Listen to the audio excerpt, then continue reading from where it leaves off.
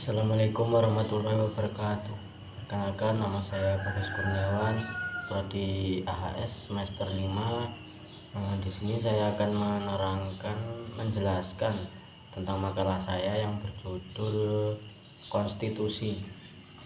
Di sini rumusan masalah yang akan saya bahas. Yang pertama, apa pengertian konstitusi? Bagaimana Undang-Undang Dasar 1945 sebagai konstitusi negara RI?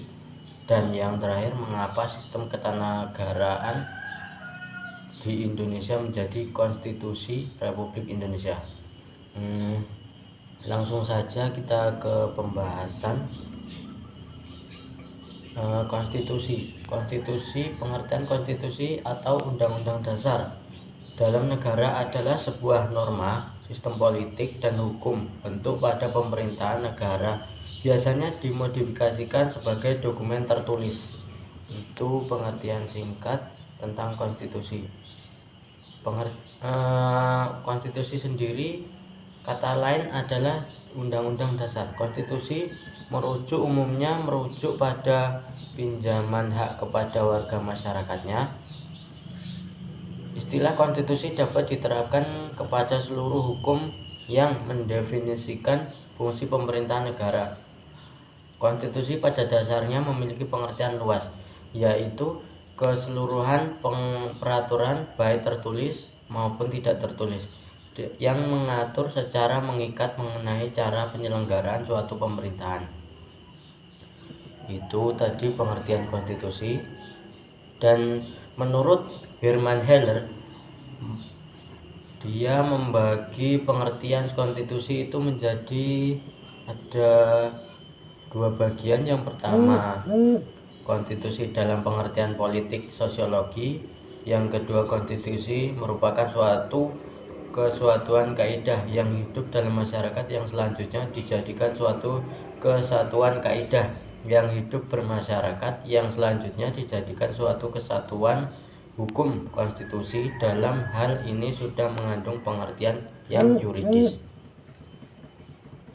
Kita lanjut ke pengertian Undang-Undang Dasar sebagai konstitusi. Sebagai konstitusi negara Indonesia, konstitusi negara Indonesia adalah Undang-Undang Dasar 1945 yang untuk pertama kali disahkan oleh Panitia Persiapan Kemerdekaan Republik Indonesia (PPKI) pada tanggal 18 Agustus 1945 dalam Tata Susunan Peraturan Perundang-undangan Negara. Konstitusi yang berlaku pada Indonesia dalam sejarahnya sejak proklamasi 17 Agustus 1945 hingga sekarang ini di Indonesia telah berlaku 3 macam undang-undang dasar dalam 4 periode, yaitu sebagai berikut. Yang pertama, periode 18 Agustus 1945 sampai 27 Desember 1949. Lanjut kita ke istilah. Perubahan yang dilakukan hanyalah hal-hal yang kecil saja, bukan masalah yang mendasar. Hal ini karena PPKI sudah mendapatkan naskah rancangan hukum dasar yang dihasilkan oleh BPUPKI. Beberapa perubahan tersebut antara lain: yang pertama, istilah hukum dasar diganti menjadi undang-undang dasar. Kata mukaddimah diganti menjadi pembukaan. Selanjutnya, dalam suatu hukum dasar diubah menjadi dalam suatu undang-undang dasar.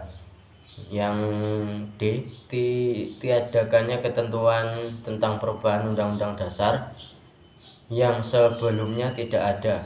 Rumusan ketuhanan dengan kewajiban menjalankan syariat Islam bagi pemeluk-pemeluknya diganti menjadi ketuhanan yang Maha Esa. Itu tadi penjelasan tentang konstitusi, dan ini di makalah saya juga dijelaskan pada tanggal 7 sampai tanggal 15 Februari 1946. Berdasarkan hal itu, maka naskah Undang-Undang Negara Indonesia tahun 2 naskah undang-undang pada tanggal 15 Februari tadi terdiri atas pembukaan, batang tubuh, dan penjelasan. untuk penjelasan tentang Undang-Undang Dasar.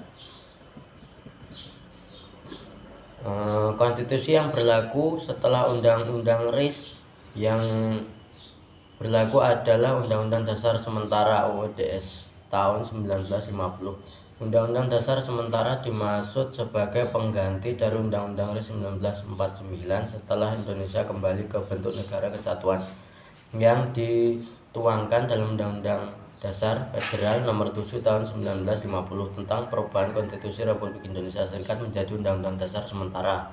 Konstitusi inilah yang menyusun Undang-Undang Dasar yang bersifat UUDS, terdiri atas 5 bagian.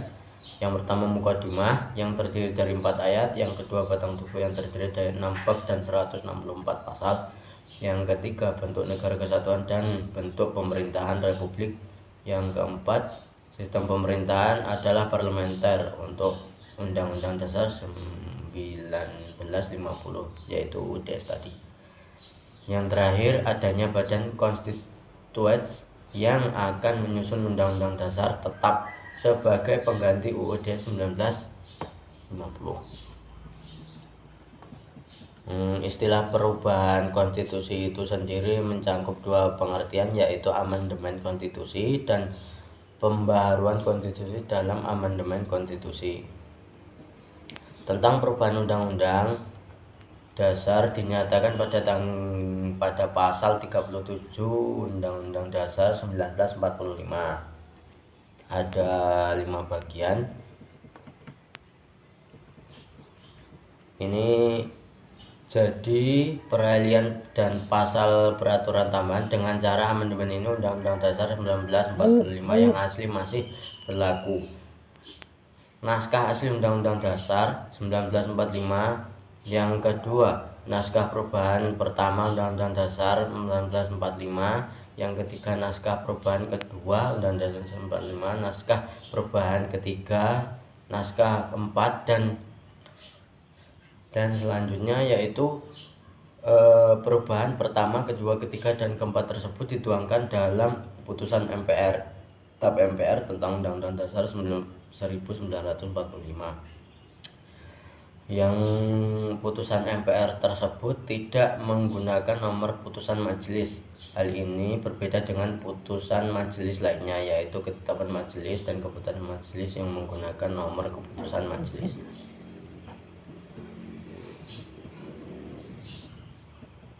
Ini lanjutan sistem ketatanegaraan di Indonesia.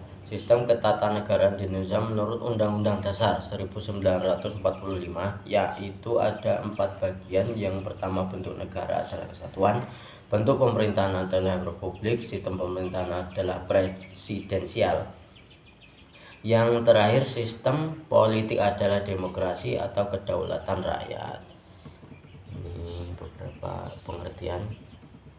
Nah, itu tadi pengertian konstitusi dan pembahasannya. Kesimpulan dari makalah saya, secara historis pengertian negara senantiasa berkembang sesuai dengan kondisi masyarakat pada saat itu, dan juga dalam tata susunan peraturan perundang-undangan negara, Undang-Undang Dasar 1945 menempati tempatan tertinggi. Amandemen, bahasa Inggris amandemen artinya perubahan yang dilakukan merupakan atau sisipan dari konstitusi yang asli. Konstitusi yang asli tetap berlaku, adapun bagian yang diamandemen merupakan atau menjadi bagian dari konstitusinya.